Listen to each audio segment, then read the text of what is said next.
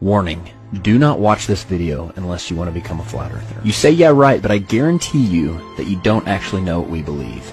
And if you let yourself watch to the end with an open mind, you'll find out that it's actually you that's been hanging on a belief system, on a religion as it relates to the globe. You'll also develop a newfound respect for this group of people that support this channel and who are so willing to be called stupid, so willing to be looked at as idiots for simply questioning the narrative of what they're being told. Because the reality is, no one becomes a flat earther by seeing the floating pancake. Yeah, we think that's ridiculous too. We become flat earthers by studying and finding major errors in the heliocentric model and actively pursuing truth, which I guarantee you is harder than passively absorbing a lie. We probably actually know more about what you believe than you do. Remember, we used to be you. So trust me when I say that any objection that is currently or is about to arise in your mind, we've already dealt with ourselves. And if this thing was truly easily debunkable, none of us would still be flat earthers. Have you not wondered why someone would believe in something so stupid as flat earth? Why people don't mind being called idiots? Maybe it's because it's not that stupid. Maybe someone wants you to think it's stupid. Maybe someone is working really hard behind the scenes to make you think that we believe in a square pancake flying through the solar system that you could just step off of and into the nothingness of space. But again, I assure you, we think that's ridiculous too. Nor do we have anything to do with the Flat Earth Society. I've attended and spoken at conferences all over the US and Canada and met thousands of flat earthers, and not once, never, have I met someone associated with the Flat Earth Society. That is an organization of half-truths and idiotic science. Okay? We are simply people in search of truth who hold empirical, measurable, repeatable science as well as ancient accounts on a higher level than mere theoretical mathematics. And last thing before I get going, I want you to know that they are banking on you not questioning this. They're hoping to their God with a lowercase g that you do not look into this, because they know if you do, you're going to have some major questions that unfortunately have no warm and fuzzy answers, which is why they've worked so hard to keep the flat earth, the perception of flat earth, as a theory that only morons could believe in. So sit back, relax, and I promise you will not regret it.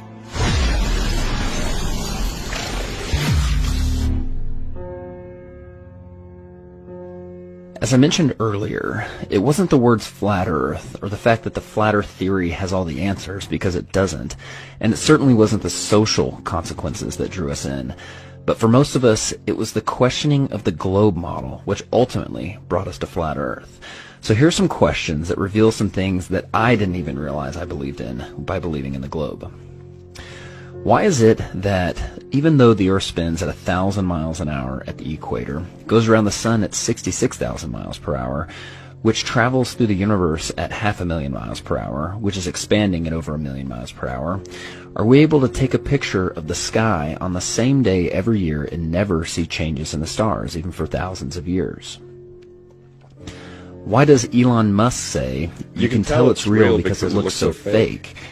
That's because it does look fake. Look how the Earth glitches out in the background, but the car doesn't. And see how the Earth supposedly looks from the International Space Station, which is 240 miles up. However, this was taken from only 170 miles. Do you see an issue here? It's just like the Red Bull space jump in the Mythbusters episode that used downward-facing fisheye lenses to create massive amounts of curvature. But the non-fisheye lenses from the capsule and the cockpit show flat horizons, which concur perfectly with weather balloon footage more than 20 miles up. Which, by the way, 20 miles high is roughly the size of the bulge that should be in the state of Kansas due to it being 413 miles wide. Here's what 20 miles up looks like. That would be a large bulge for something that is supposed to be flatter than a pancake. And by the way, Kansas is only the 9th flattest state in the U.S. How many pieces of flat land does it take to make a ball? Why, when we look at the stars in December, do we see the same stars that we see in June? We should be looking in two totally different directions. If ships sail over the curve of the Earth, why are we able to bring them back into view with high-powered lenses as if they merely sailed past the horizon of the eye's angular resolution?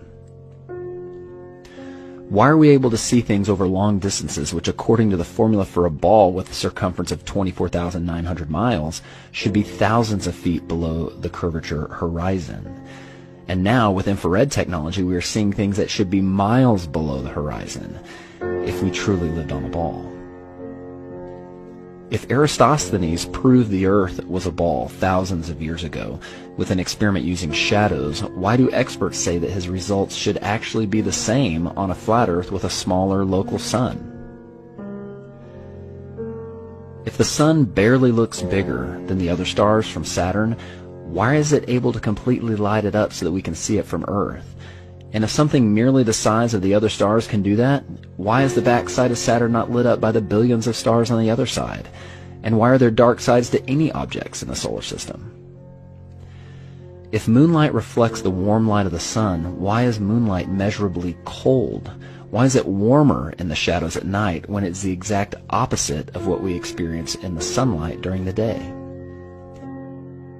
How is it possible that our positive atmosphere sticks to this ball right next to the negative vacuum of space without a barrier in between? How is it that people claim to see lights in the sky that are the International Space Station and other satellites when they do not have lights on them? And due to their supposed distance off the ground, the sun wouldn't have the ability to reflect light off them, let alone the fact that I do not believe you could see a satellite, something the size of a pickup truck, 250 miles away, even if it was lit by the sun. That's like saying you could see a vehicle in Oklahoma City while standing in Dallas.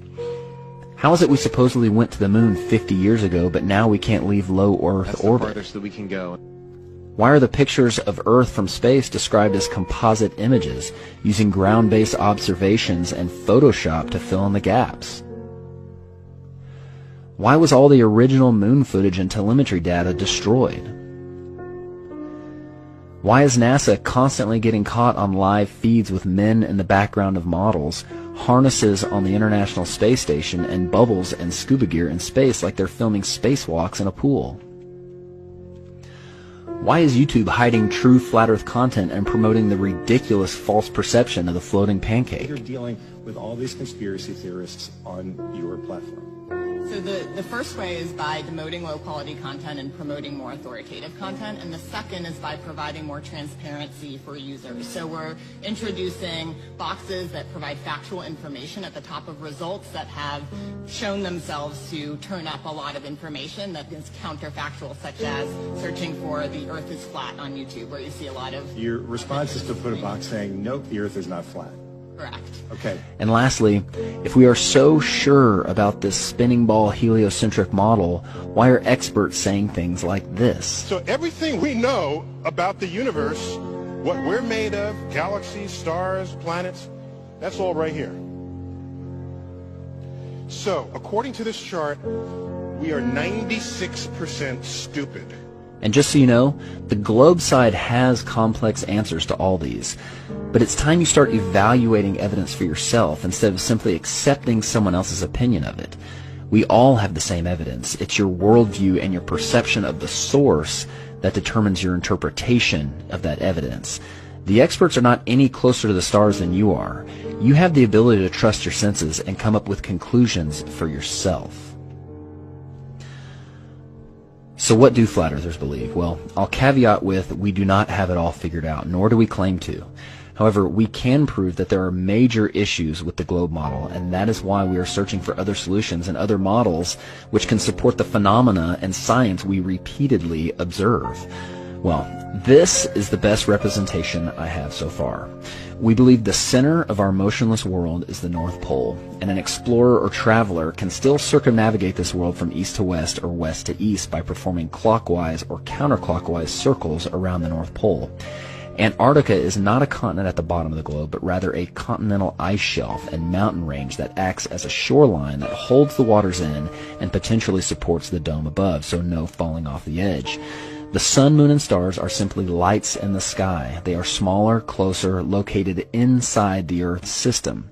They are not objects floating through space that are similar to the Earth. They are part of the Earth, so no comparing us to them. There are many things that people think disprove this model, thus concluding they live on a ball, and there's no way I can address all of them, but here's some of the most common objections.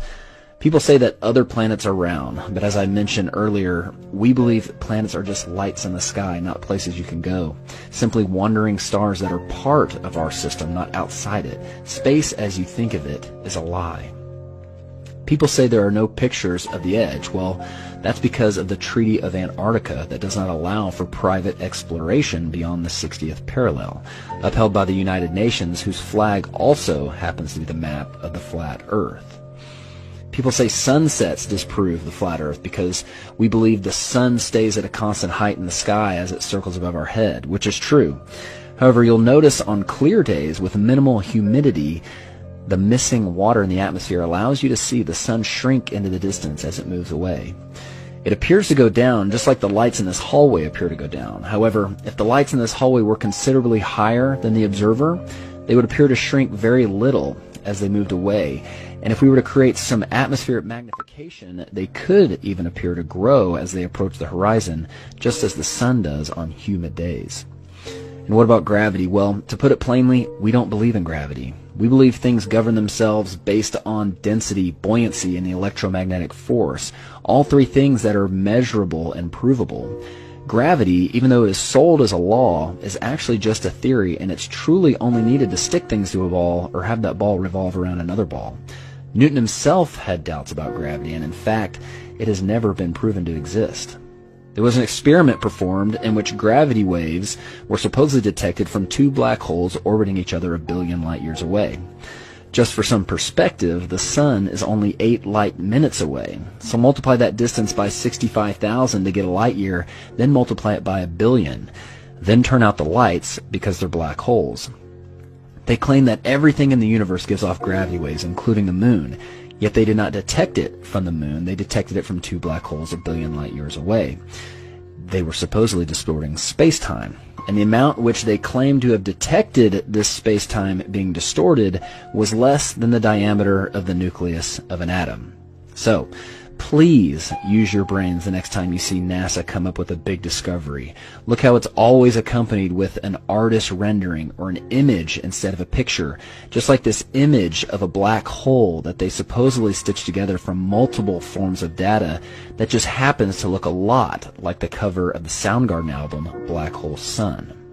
Now, the big question, why would somebody cover this up? Well, because the forces of evil cannot rule the original creation, the one created by God.